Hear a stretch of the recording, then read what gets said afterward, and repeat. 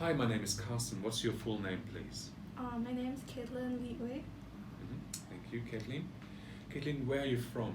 I'm from the Philippines. Caitlin, in the first part, I'm going to ask you some questions about yourself. Let's talk about your hometown or city. What do you like about living in your hometown or city? So I live in Quezon City. It's one of the cities in metropolitan Manila. It's relatively urbanized.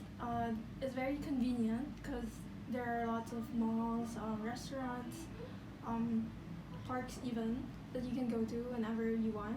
So if you're bored at night, you can always go to the mall and watch a movie or just grab some coffee with your family. Thank you, Kathleen. What could be improved in your hometown or city? I would say that since our city is relatively big compared to other cities, they can improve on the infrastructure in the areas that are farther from the city center. They can do renovations, and they can also improve the government support. They can help more people by providing them with basic food and needs. Thanks, Kathleen. Now let's talk about cooking. Do you enjoy cooking? I enjoy cooking. It's a means for me to relieve my stress sometimes, and it's a nice way to explore different cuisines if you can't readily purchase them in restaurants. Thanks, Kathleen. Who does most of the cooking in your house? My mom does most of the cooking, mainly because she's a really good cook, and my brothers and I are usually busy with uni, so we don't really have time to help out. My dad can't cook at all, so we leave it to our mom. Yeah. Thanks, Kathleen. Did you learn to cook as a child? I learned how to cook basic meals as a child, but I was more into baking because cooking is more of an art, while baking is an exact science. Like I like everything to be precise, so I'd rather bake than cook. Yeah. Thank you so much. Do you think children should eat in restaurants? I think it's not a bad thing to let your children eat in restaurants, but if they get used to eating out all the time, they won't be contented with eating home-cooked meals anymore. Thanks, Kathleen. Now let's talk about traveling. Do you enjoy traveling? I enjoy traveling. It's a nice way to explore different places. I also like taking photos, so traveling is a great way for me to expand my portfolio. Thank you. Have you ever been on a long journey? I think the longest journey that I've been on was when I went to France, because the stopover took 7 hours, so we were the whole journey I think took a total of 22 hours. Thanks, Kathleen. Do you prefer to travel alone or with people? I definitely prefer to travel with other people because you have it's more fun to have people with you when you go on those adventures and you enjoy discover food and everything. Thanks, Kathleen. Where would you like to travel to in the future? I definitely want to travel to Iceland. I want to be able to see the northern lights, and I want to try to live in an igloo for a day. Thank you so much. Now, Kathleen, I'm going to give you a topic to talk about for about 1 to 2 minutes. Before you talk, we'll have 1 minute to think about your answer and make some notes if you wish. Here's some paper and pen, and here's your topic. So I'd like you to describe an interesting news article that you've read recently.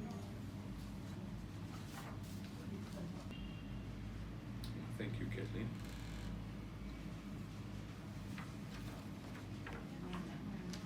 All right. Kathleen, remember you have 2 minutes to do this. Don't worry if I interrupt you. I'll tell you when your time is up. Kathleen, can you start speaking now, please? So I recently read that Apple released an M1 chip for their MacBook Air and Pro lines. They claim that this is faster and it performs better than any of its predecessors. I read this on tech news websites and on the Apple site itself, and I'm interested in this because I'm planning to buy a laptop for myself, and since I use graphics heavily, I'd like to purchase a laptop that would be able to keep up with what I need and would not crash in the middle of working.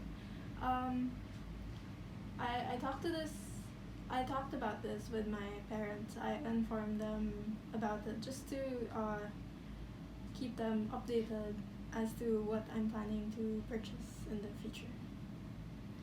Thank you, Kathleen. Do you often read articles? I would say that I read articles on a daily basis. Mm-hmm. Yeah. Thank you. Now, I've been talking about an interesting news article you read recently, and now I would like to discuss a few more general questions related to this. First of all, let's talk about ways to find out about the news. Kathleen, what are some of the main ways in which people get the news in your country? The main ways that they get news is from newspapers, televisions, radio, and social media websites, and those news websites. Thank you. How easy is it to find out about what is happening in other countries? It's relatively easy because there's not a lot of censorship going on in media, and international news websites are available, so whenever people want to update themselves, they can always just log on to those websites. Do you think that the internet will be the only way in which people receive news in the future? I wouldn't say that it would be the only way, but majority of the people would definitely be using internet as their main source of news because it's really convenient.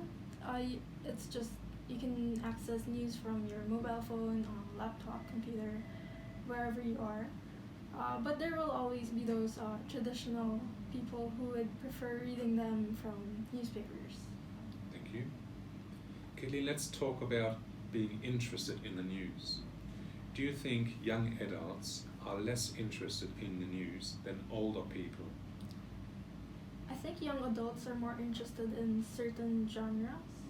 I guess like lifestyle, sports, entertainment, while adults are more focused on economic, politics, and all that. Thank you. How can children be encouraged to be more interested in the news? Parents can teach children at a young age about the importance of reading news. They can integrate this in their daily conversations over dinner so that the children will grow up knowing that being aware of current events is important. Kathleen, do you think that students should be taught about the news at school? Definitely.